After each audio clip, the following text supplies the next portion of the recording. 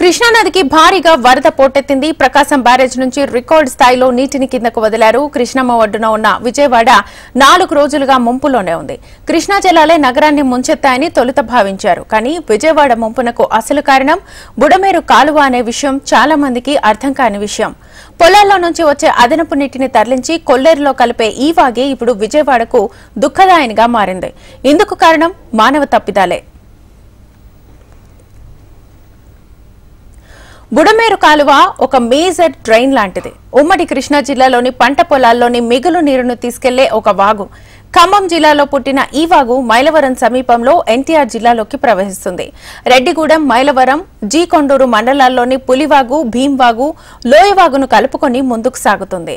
విసన్నపేట, తిరువూరు నుంచి వచ్చే ఏరులు సైతం దీనిలో కలుస్తాయి.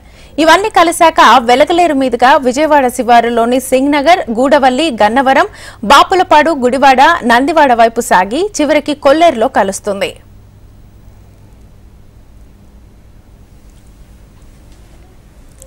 బుడమేరు గరిష్ట నీటి ప్రవాహ సామర్థ్యం 11,000 క్యూసెక్కులు మాత్రమే. దీని ఉధృతిని తగ్గించేందుకు 1970లో నాటి ప్రభుత్వం జీ కొండూరు మండలం వెలగలేరు వద్ద రెగ్యులేటరీని నిర్మించారు. అది చిన్నపాటి జలాశయాన్ని తలపిస్తుంది. ఈ హెడ్ రెగ్యులేటరీ ద్వారా కిందికి వరద ప్రవాహాన్ని నియంత్రించేవారు. తర్వాత దీని నుంచి మళ్లింపు కాలువను తవ్వారు. అధికంగా వచ్చే వరద ఈ ఛానల్ ద్వారానే ప్రవహించి ఇబ్రహీంపట్నం వద్ద కృష్ణానదిలో కలుస్తుంది. వీటిపిఎస్లోని వృధా నీటిని సైతం దీని ద్వారానే కృష్ణాలోకి పంపిస్తారు.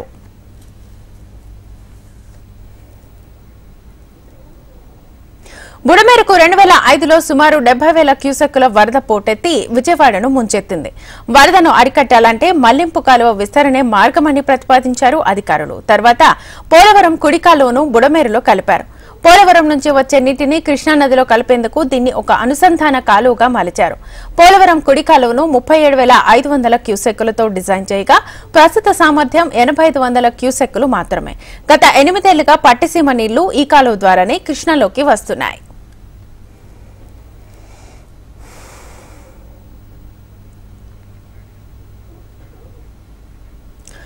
ఆంధ్రప్రదేశ్ విభజన అనంతరం టీడీపీ ప్రభుత్వంలో 500 కోట్ల రూపాయలతో బుడమేరు ఆధునికీకరణను ప్రతిపాదించాయి.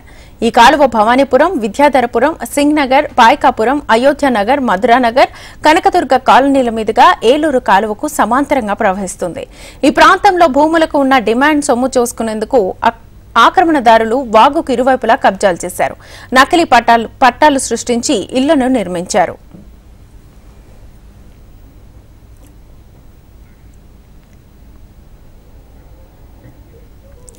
విజయవాడలో భారీ వరదల కారణంగా పలుచోట్ల కరెంట్ పోల్స్ విరిగిపడ్డాయి. మరికొన్ని చోట్ల నేల కొరిగాయి.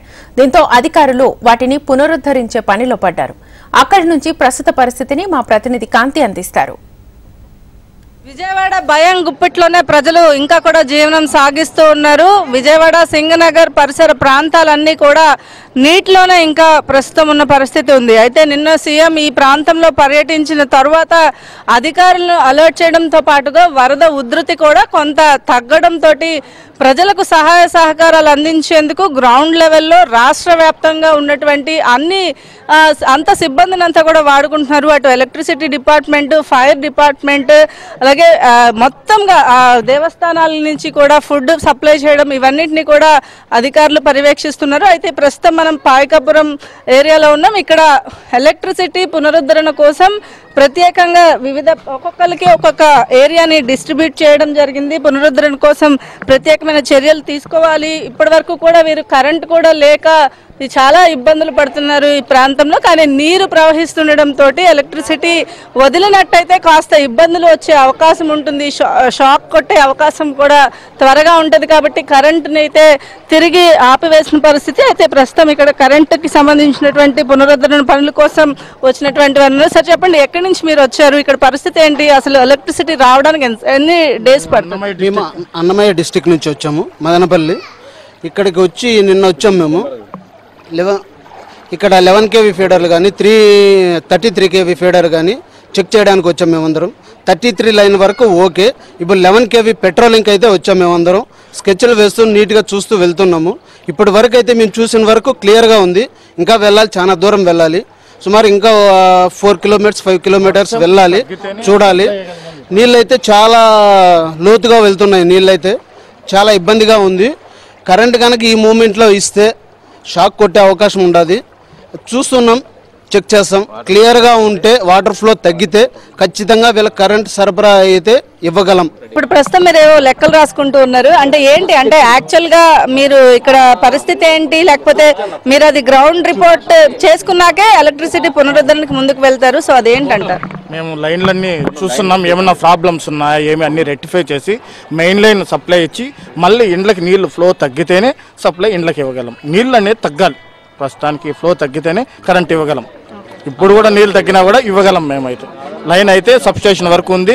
11 kV ఫీడర్లు అంతా మేము పెట్రోలింగ్ చేస్తున్నాం, అన్ని క్లియర్గా చూసుకొని ఛార్జ్ చేస్తాం. ఈ రోజు ఈవినింగ్ కల్లా 11 kV ఫీడర్లు అయితే ఛార్జ్ చేస్తారు. పరిస్థితులను అంచనా వేసుకుంటున్నారు. ఒకవేళ ఎలక్ట్రిసిటీ పునరుద్ధరణకు ఎంతవరకు అవకాశాలు ఉన్నాయి, నీటి తీవ్రత ఎంతవరకు ఉంది, అలాగే ఈ వాటర్ ఫ్లో ఏదైతే ఉందో అది తగ్గితేనే ఎలక్ట్రిసిటీ పునరుద్ధరణ అనేది చేయగలుగుతామని చెప్పి ఎలక్ట్రిసిటీ అధికారులు చెప్తూ ఉన్నారు. అలాగే ప్రత్యేకంగా ఇక్కడ అంటే ఒకవైపు ఎలక్ట్రిసిటీ పునరుద్ధరణ కోసం పనులు చేపడుతూ ఉంటే మరొక వైపు వర్షాభావ పరిస్థితుల వల్ల కొంత అడ్డంకులు ఏర్పడుతూ ఉన్నాయి. మరొక 2 రోజుల పాటు ఆంధ్రప్రదేశ్లో వర్షాలు పడే అవకాశం ఉండడంతో విజయవాడ వాసుల్ని మరింత వణికించే పరిస్థితులే ప్రస్తుతం కొనసాగుతున్నాయి. ఈ పరిసర ప్రాంతాలన్నీ కూడా నీటిలోనే ఇంకా ప్రజలు తమ జీవనాన్ని అయితే సాగిస్తూ ఉన్నారు. కొంతమంది పొట్ట చేత పట్టుకుని బయటకు వెళ్ళిపోతున్న దృశ్యాలని కూడా మనం చూస్తున్నాం. కెమెరా పర్సన్ జీవన్తో కాంతి, HM TV.